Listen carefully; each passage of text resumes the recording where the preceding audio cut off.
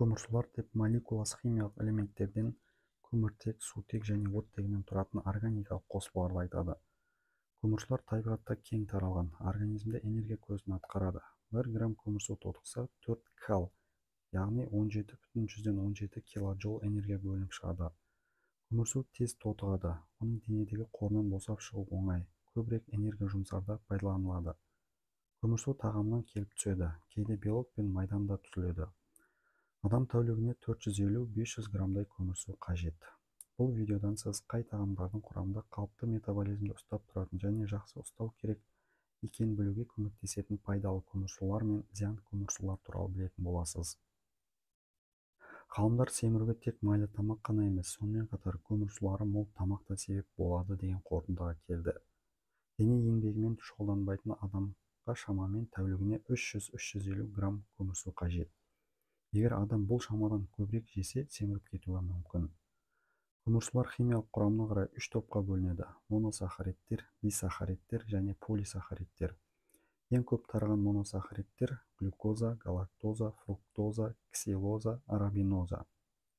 Дисахаридтерге сахароза, трегалоза, лактоза, мальтоза.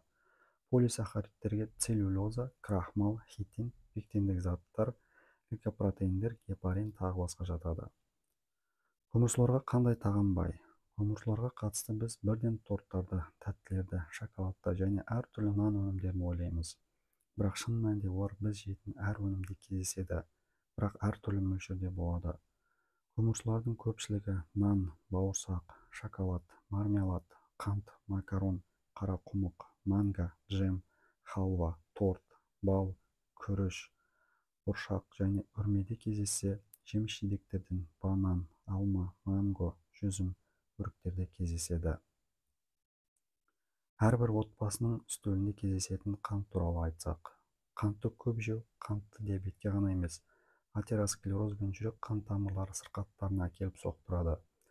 Онша көп күш жұмсамайтын адам тәтті тағамдарды шамадан көбірек жесе, тек қанттан ғана емес, крахмалдан да ағзасында артық заттар жинала бастайды. Артық жемеген қант зат алмасуын бұзып, қандағы холестериннің мөлшерін арттырады. Іштегі микробтардың витаминдерді, әсіресе организмге қажет В12 витаминін синтездеу қабілетін төмендетеді. Адамның қанды қант ұзақ уақыт бойы сақталып, адам ағзасы оны уақытында сіңіруге үлгермейді. Осының салдарынан майда қан тамырлардың өткізгіштігі мен тіндердің улануы басталады.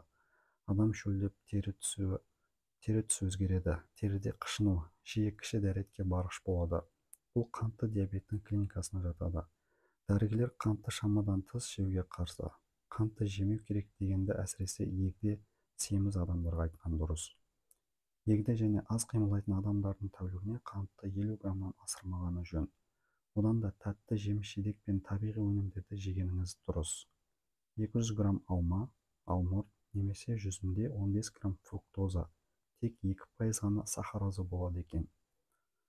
Ал фруктоза мен лактоза қанттары кездесетін жеміс-жидектер, сүт кез келген адамға пайдалы. Дене еңбегімен шұғылданбайтын, есейген және егде адамдарға көмірсудың жалпы мөлшерінде қант 17%-дан аспауы қажет. Ал балалар мен жасөспірімдер тамағында қанттың 25%-ға дейін болғаны жөн. Құрметті достар, сіздерге видео ұнаған болса, каналға жазылып, лайк басып, достарыңызбен бөлісуді сұраймыз.